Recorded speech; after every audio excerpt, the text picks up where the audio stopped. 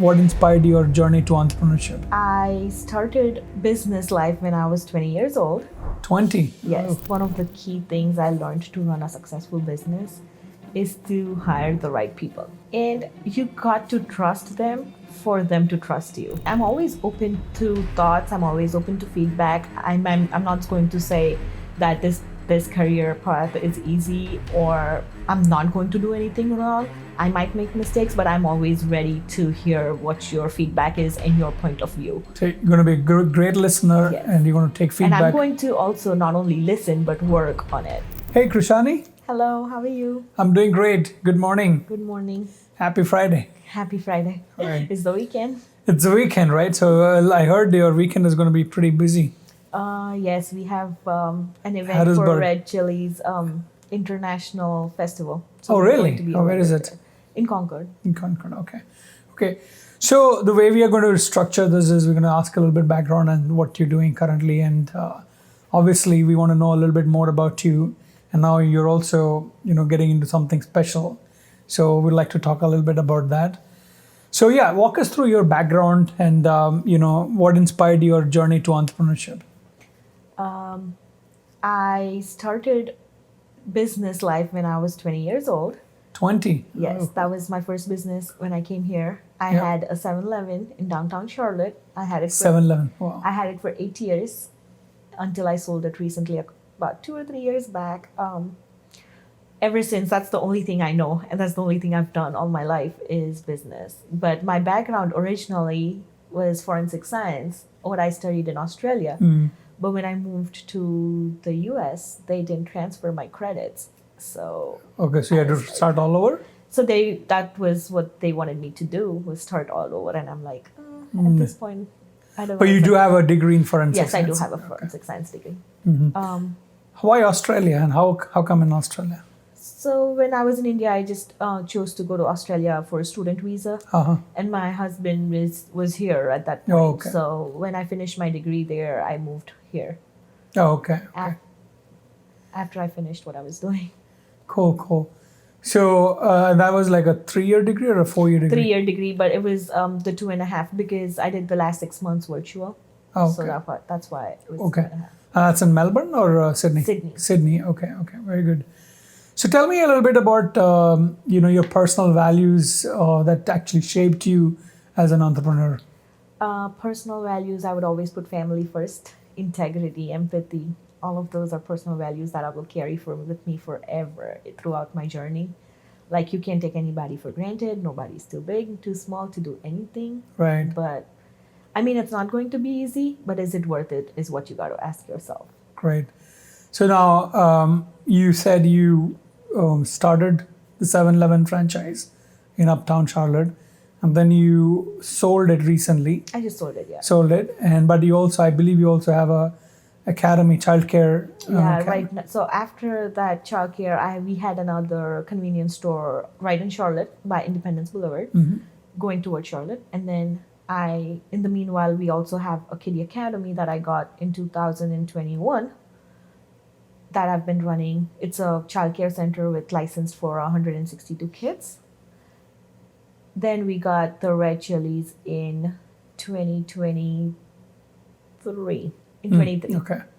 So you're saying you went from a convenience store Yes. to a Childcare. to a 7-Eleven. You had the Easy Mart or something, right? No, yeah. First I had the 7-Eleven, 7-Eleven, then I had okay. the convenience store. Convenience store, and then you went to a childcare. Yes, and Now you have a restaurant. Yes. 4 different categories of business. Walk me through the experience and lessons learned. So every business is unique in its own place. Right. There is pros and cons to any business. Of course, yeah. But they were all worth cherishing. If I go back and look, like, did I do anything wrong? No. Do I go back and regret any of the businesses that I have? No. But again, the 7-Eleven was 24 hours, which is why I sold it, because I was not able to keep up with it. After 8 years, I'm like, now if I'm doing so much, I'm not going to be able to do 24/7. Right. Because there's only so much I can do. And then, especially after my daycare, that was itself a lot of work. So every business, I mean, was unique in its own place. Right. And I learned a lot from everything. There was so many contacts I made through each and every businesses while in my journey. Cool. So I've been recently to the Red Chillez, not too long, like 3-4 days ago. Outstanding food. Thank You you. know, outstanding food. So how do you differentiate yourself from the market? Because there's so many. I believe there are about 65 restaurants in the Charlotte market. Your food stands out. I don't know why, but it does stand out, and it's a good thing. Yes. So I mean, that's what everybody tells me, because everywhere I go, people be like, "Oh, you're from Red Chillez." It makes me feel happy, because that means Right. I am doing something different and something better than The what most of the- than what most of the. I'm not saying I'm the best, but I'm definitely trying to be there. So, and we also try to make it a family business where if you come and dine with us, well, one of us will always come there and talk to you and see if you liked it. Yeah. Is there any feedback? Can we do anything? Karthik Bhai was talking to me for Yeah. long, and then you stepped in. Yes. Yeah. So it's not just because you were coming in. With any customer, no matter the first time or the 10th time, we will always go on their table and make sure everything is okay. Awesome. So that makes you different because you Yes. provide that personal touch. Yes. Very good. So help me understand. So moving from those 3 or 4 different types of business, moving into a hospitality space, that's very different. So what has been the experience, the transition been like? It's been different, but it's not been bad, because I learned a lot from it. Like, I've made so many contacts, more than any of my other businesses, through this Indian restaurant, because every day in the evening, even though I have nothing to do, I would always want to go sit out there, because you're always going to meet Meeting new people. people and you're going to learn so much. Some things that you've not even imagined of. Like, some people would have some great stories to tell you, or you'll have people dining in that might be from the same community you're back in India from, and you'll be like, oh, they know your mother, or they know your grandmother. And I even had an old man come in, and he actually knew my grandfather's dad. That's like my great grandfather. So Yeah. he's like, I was very little, but I've seen him. I'm like, wow, that's amazing. So it inspires me to go there every day. Awesome. You run multiple businesses at the same time. Now you have a Kiddies Academy. What are the 2-3 businesses that you're running right now? Right now, I'm just doing the Kiddie Academy and Red Chillez. Red Chillez, okay. And within Red Chillez, you have multiple. You have the restaurant, you have the catering. Yes, we do catering, and we all do like all cuisines basically. We do Gujarati, South Indian, Punjabi. What's not on the menu as well. We Okay. do all of those. Okay. So how do you manage and how do you juggle these varying degrees of, ask, So it's also very important to hire the right people. right? That's one of the key things I learned to run a successful business, is to hire the right people. And you got to trust them for them to trust you. Absolutely. So it's not a one-way street. It's always a two-way street. So if you want to run a successful business, you cannot be everywhere in the real possible world. So you have to have trusted, intelligent people that know what they're doing. And you got to put them and appreciate what they're doing and they make could sure put- they're okay. Yeah. So as long as you check on them, make sure they're okay, do what you're supposed to do. And if you have the right people, you'll be able to do it. Very good. So how do you structure your time and leadership, across these multiple businesses that you have? So prioritizing, so you got to prioritize where you need to be versus where one of your dedicated people can do their jobs. Like, basically, if there is a situation where I was planning to sit down and work on my paperwork, but then there was a situation that would come up at my daycare Right. where I would absolutely have to be there, then I have to leave what I'm doing to go. So it's just about prioritizing. I mean, another thing that I use is time blocking. Like, I Yeah. try to manage my time as much as possible, but it's in the real world, there will always be fluctuations on that as well. Okay. Let's just talk a little bit about the Kiddies Academy and the early learning. So what are some key principles you believe every early learning centers should have for them to, be successful in their franchise? So dedication towards young children, like, they're the future of the country. So just shaping young minds is a lot. it takes a lot for every teacher that's in early childhood education, and I am very like dedicated to that service that we give, because a lot of things that the kids might do in future might also come from what they learned from one of these The early teachers. learning. Yes, at the daycare. So if maybe 10 years, like 20 years down the road, somebody from my childcare could be the next president of America. You don't know. Yeah, you never know. And I'd be like, oh my God, that was my student. So we're raising everybody like they're our own kids. Right. I probably know most of them's names by heart. Like if you walk down and when you see these kids running towards you and calling your name, and it just makes your That day. makes your day. That Yeah, it makes does your make day. your day. Cool. So, what's the most rewarding part of running a early childhood education franchise? It's the name recognition, definitely. Also, Kid Academy, the one that I'm running, we're NACE accredited. That's like one of the highest NAEYC. standard. Yeah, that's the highest standard of What does it stand for? NAE? national accreditation for young children. Oh, okay. Okay. So that's the highest standards for any childcare facility. So I'm running the daycare with highest standards, Oh. and I very truly believe standards are a very important thing Yeah. to run any business, basically. Right. So just to make sure, like, you don't want to run it for the sake of running it. You got to maintain standards and live up to it. Cool. So, how do you ensure compliance? Well, you have to, because the state, the health alliance, and then you have the sanitation. You have inspections coming in every day. Every day. Okay. Almost like you give it a week and you'll have somebody walk in the building. So you're always on your toes. Yes, they always put you on your toes. Cool. So let's talk a little bit about some community impact that you've been doing. You know, you also earned a certificate in commercial real estate from Cornell. Yeah. Walk us through that. So during COVID, I got lucked out, because in COVID it was all online education, and I was like, well, this is the right time. Things have been slow. Let me look into what I can do. And I was just in the business aspect. I felt like real estate is always a growing market, and it's gold nowadays. So basically, you say the value of gold increases, the value of real estate increases. Absolutely. But so during COVID, I was going through courses, and I got approved for Cornell. So that was one of the Ivy League colleges. Yeah. So I was like, oh my God, I'm so excited. So I went ahead and did commercial real estate development. From Cornell. Yeah. Most people do it from the local institutes, but you did it from Cornell. Outstanding. Yes. So how are you applying that knowledge into your ventures? So right now I'm definitely looking for more businesses I can plan, but with the economy right now, we're taking it slow. I'm not like pushing it, but with everything that I've learned from there, I'm definitely going to use it in future. And for my next ventures coming up, I am looking To forward. apply that, okay. Yes. So what role does real estate play in actually supporting these in ventures that you're doing? So I buy. So when I So you're buying. So Kiddie Academy is It's- not a leased estate. no, yeah. Oh, that's awesome. If- That's a good strategy to have. Yes, and also, so even down the road, if I would like to sell my business, it would still be like a rental income property. Yeah, that's cool. Very good.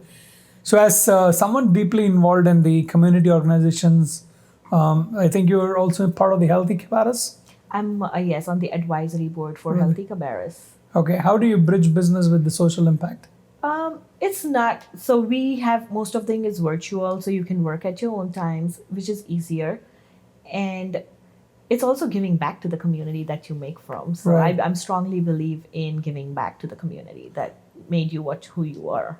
Absolutely, that's a non-profit, right? So Healthy Cabarrus is an organization that is a part. It's liaised with just Cabarrus Health Alliance, and they identify what the problems and the needs are right now for the county, and then they help with that. So I'm on the advisory board. For You're on the that. advisory board. And how old are you, if I may ask? 31. 31, and you have run multiple businesses. You are on the board of an advisory board of a big firm like Healthy Cabarrus.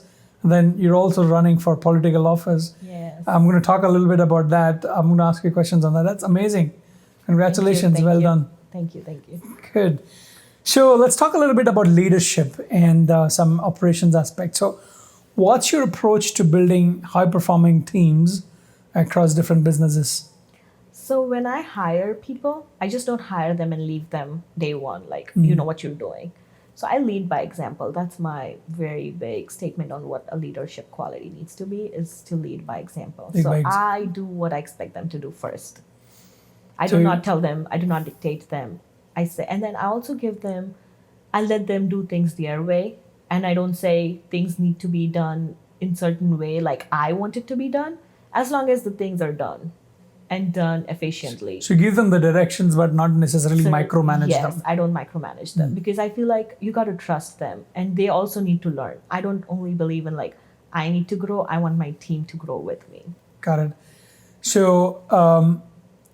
was there a situation where you had to make some tough decisions as a Yeah. leader?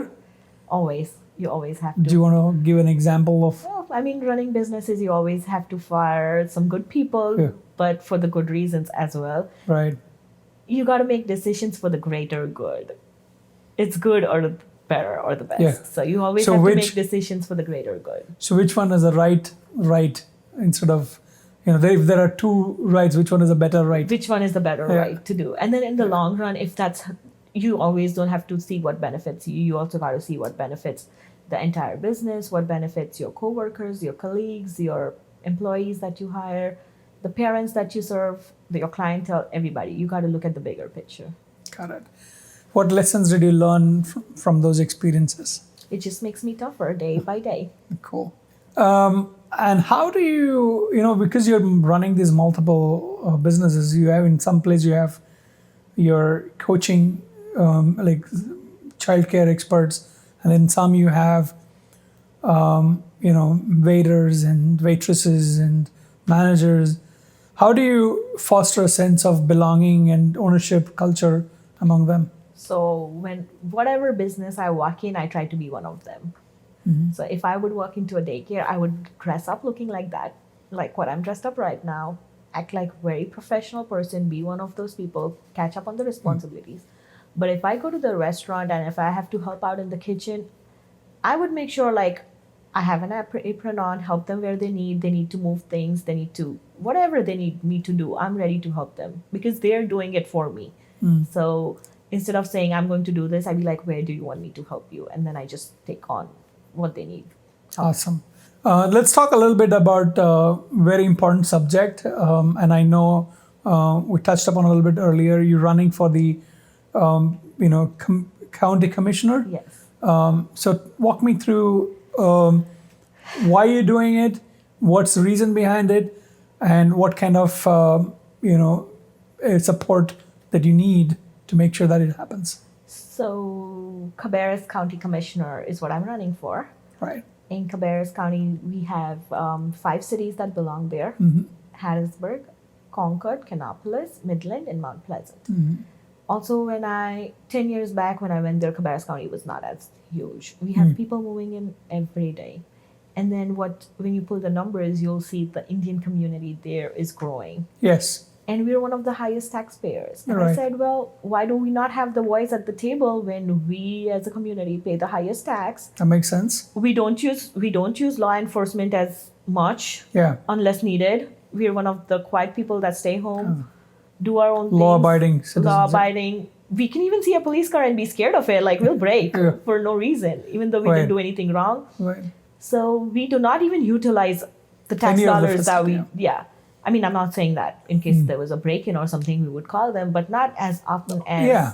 Yeah. So I was like, well, if we're the ones having all these huge houses, paying most of the property tax, we're a huge community, then why do we not have a voice at the table? Absolutely. 100% with you. And then a lot of people kept talking about it and said, well, we need to do something about it, but nobody wanted to actually do it. Do so it. I'm like, well, my leadership quality kicked in, and I'm like, well, maybe Let's it's do it. time. Yeah. Let's do it. Yeah. So I'm very, passionate about, somebody, especially an Indian running for, so congratulations for taking that big Thank you. step. So it's a right step in the right direction. My question to you is, a lot of people who are going to be listening, I think the question that you ask, how are you going to be different, and why are you so passionate about it?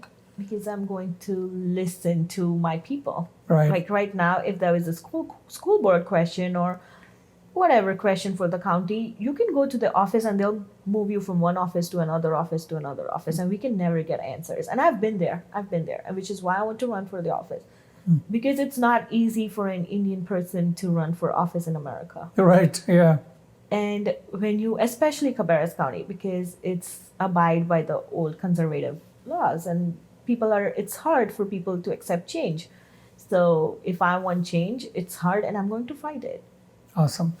So I know there are a lot of Indians in that you just mentioned, and plus I know that Concord is growing so very vast. What's your appeal to the Indian communities in that Cabarrus County as such? I would request them humbly to please come out and vote. I know they do not, like, even me as a whole, like, as Indians, we do not participate in local civic events. But back home, everybody I knew, like, everybody was so interested in politics. What happened when we came here? Yeah. Like, if we are paying tax dollars, if our child is going to school here, if we are planning to live here and settle down here, then we need to do the same thing that we were doing there. So if you need to get involved, if you need your voice heard, please come out and vote for me. So change number one is please come out and vote. Yes, that's very important, because nobody has, like, it's so hard.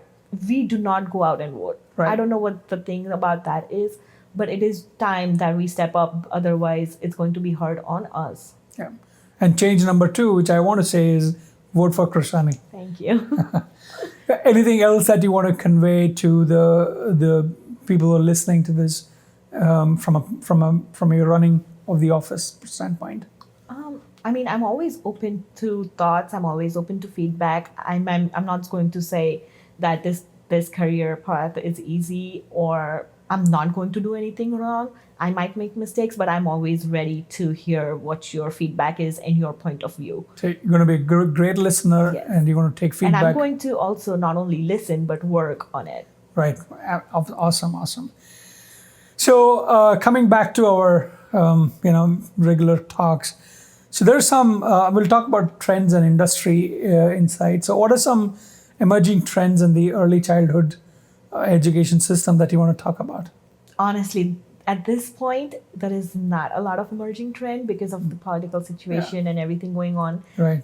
If you look at the bigger picture, the budget is dropping, DSS is not renewing vouchers, so early childhood needs a great hold, and which is why I'm actually partnering with a lot of them to see how I could give back to the community and how I could make things work instead of people just leaving, because there's not a lot of people that can afford it right now. So we have to also keep that in mind.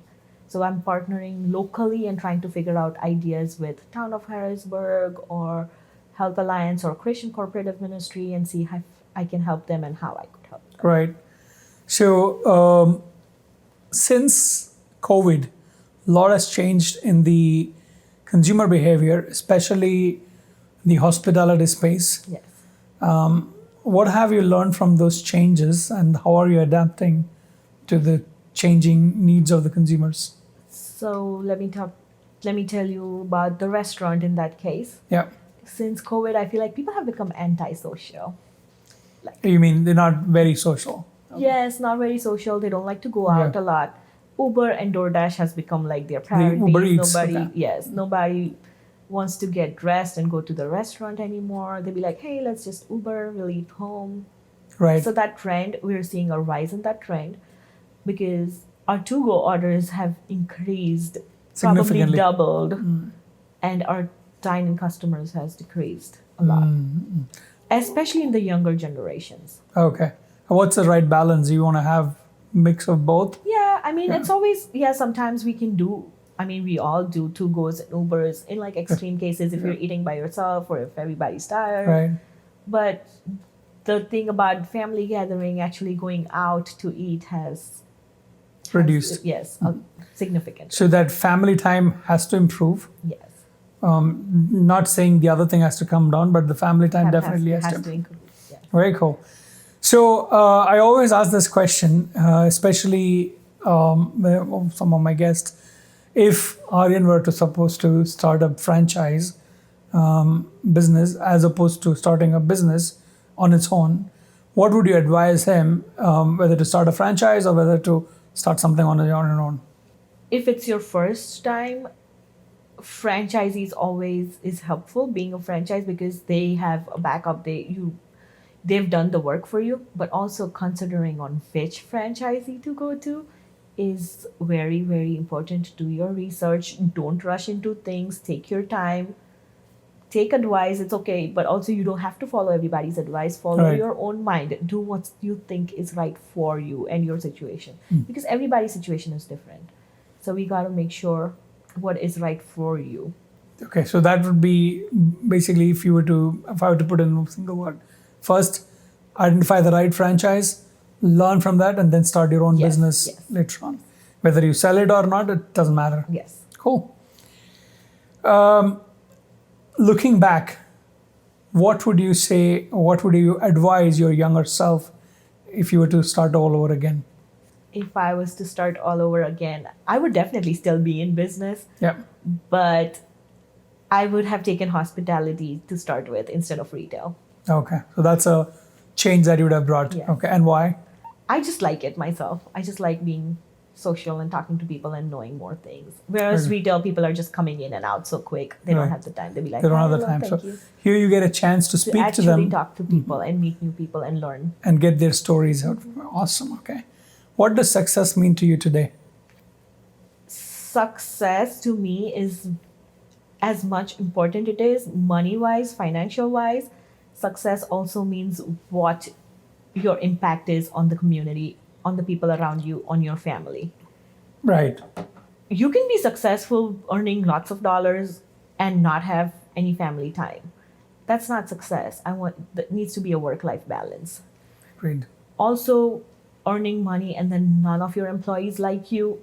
Yeah, that's not You're good. not doing anything for the community. Right. Everything has to be balanced. Success also means that comes with respect. If you walk into a place of people, full of people in a room, and then people identify you and come talk to you and say, "Hey, very nice to see you," that's success to me. That's the respect that you've earned from people. So it's the aura that you create Yes, yes. without you. I'm not just saying like it's all for yourself. I feel like you also need to help out to people when and where needed. Help back to the community when needed. So has that changed over time? Yes, I mean, the more I know, the more I do. I feel like now that I'm more actively involved in a lot of community things. Right. Yesterday night, I was on this American Red Cross volunteering program for disaster relief. Like, I just feel like giving back to the community is, I'm not saying just don't do your work and give, but just anything. Anything could help your time, just research. Makes So it's sense. a lot. So what's next for you on the horizon other than the political I office that you're have a running? few business plans, business ventures. Let's see how it goes with the economic. Again, I'm not rushing into things now because we're not in a good shape. The country itself needs some work to be done, but Do you want to talk a little bit about that, or you want to keep it under the wraps till you bring it up? because I don't want to be wrong in something. Yeah. Okay, cool, no problem. So that's bulk of our questions, but we'll get into something which is called the rapid fire round. You probably heard that with Coffee with Karan. Yes. But something similar. The only difference is that you can answer the way you want. There's no restriction.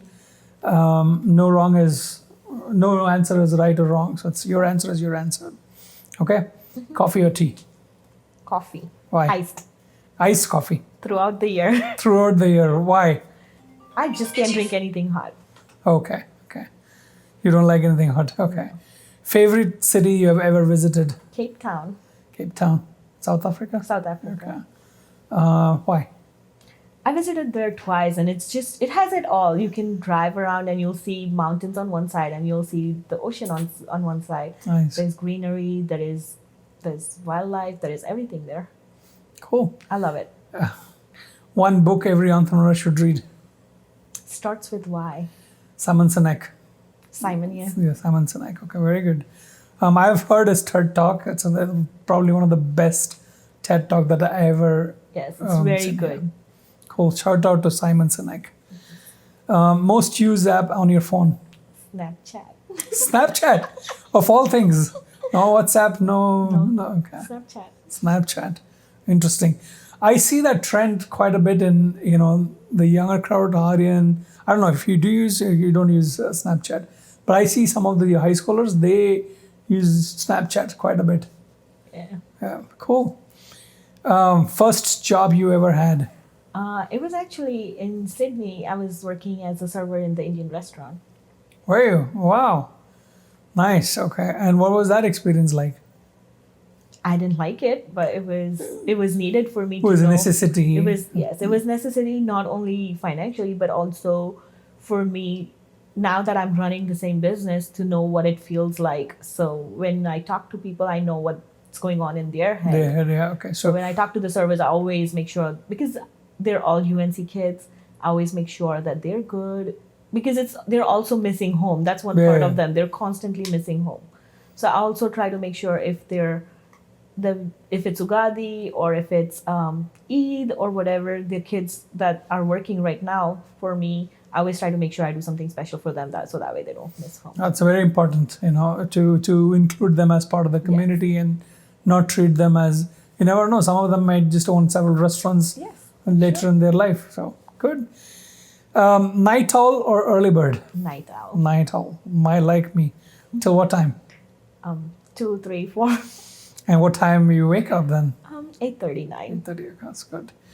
Favorite business podcast? The Diary of a CEO. Who's that? Who's running that up? I don't know. That's okay. Go to productivity hack. Time blocking. Definitely time blocking. Yeah, I would agree for that as well. Your leadership style in one word? Visionary. Awesome. What's the most underrated part of being an entrepreneur? That you can never call out. Right. You can never say call out yourself. Yeah, I know, right? So I go through the same phase.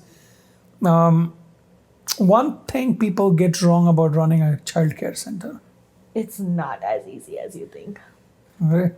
It is not as easy. Not easy because you think children are going to be their best. It's not the kids. Okay. It's the adults. Because they care so much about their kids that they get possessive. That and the teachers. Oh, okay. So the problems are not the kids. Oh, really? Okay. Cool. Good to know. One dish everyone absolutely adores in Red Chillez. Kaju methi curry. Kaju, that's something I'm going to ask Karthik by next time when I come back. Kaju methi curry. Yes. It's awesome. And something that you recommend that everybody tries, right? Yes. Okay. Definitely. Kaju methi curry. Real estate, buy, hold, or flip? Depending on depending on everyone's financial situation, flip for faster money, hold for profitability. Higher, longer. Okay, very good. How often do you end up buying, or is it just once you buy, keep it for like 3-4 years and 5 years? So how does it? Yeah. So as of now, I've just started mine. So real estate journey. I'm just buying right now. I haven't sold any. Okay. I haven't had the need to sell any, with God's grace. Cool. Something on your bucket list that you want to do? Cage diving with the sharks. When do you want to do it? I missed it. The last time I went to Cape Town, I wanted to do it, but I missed the timings. You went with your husband? Yes. Okay. But I will go. I know there's a couple places that do it. So next time. Cage diving with the sharks. It should be in a shark tank. Just kidding. Biggest lesson from franchising? Do your research. Again, everybody who tries to franchise, there is a lot of things that is right, but there is a lot of things that is wrong too. So be very careful. Don't feel like you're trapped. And if you're trapped, then you're going to hate the journey. So don't feel like that. Right. Okay. If not business, what career would you pursue? I think I would continue with my forensics career and maybe work for an FBI. I don't know. What chose you to go for forensics? That's what I wanted to do originally when I was growing up. But then... And how do you apply that knowledge here? Details is what I learned. To pick up details from what I learned in forensic science is they were very much about picking up on details, and which is what I apply to my business, is pick up on details. Cool. Favorite way to relax after a busy week? Just be lazy and do nothing. Do nothing is a good... do nothing is also doing something to do It's nothing. relaxing your body. Yeah. Very good. A mentor or a leader that you admire most? Dr. APJ Abdul Kalam. Awesome. Any day, every day. Yeah. Nobody can. He's also one of my favorites Yeah. ever. I look up to him for everything. Cool. Any particular lesson that you learned from him? Is giving back to the community is what I learned from him. He's Being so always humble. worked. Yes, Yeah. and he's the most humblest person I've ever. Yeah. He did not differentiate between religion, caste. Yeah. It was all about, and he was so knowledgeable. Like he had a doctorate in science, like, and space, and he was the most humblest person I could ever. And yeah, absolutely, 100% agree with you. One word your team would like to describe you. Empathetic. Pathetic. Very cool. And what's one dream that you're still chasing? I want to own a piece of real estate in New York Times Square one day, maybe. Awesome. Anything else that you want to tell about to the world, to your audience, to your voters? Come out and vote, people, especially because it's time in America. We have a large number of Indian people. And you can actually come out and actually run if you think you can. It's time to get involved in civic movements. Cool. So I know we are going to do a lot of collaboration with Red Chillez, and you referred there. So I really look forward to doing that, and it was a fantastic speaking to you, and got to know a lot more about you, and I wish you all the very best and success in everything that you do. Thank you for so joining. much for having me. Pleasure. Thank you. Thank It was a you. great talk.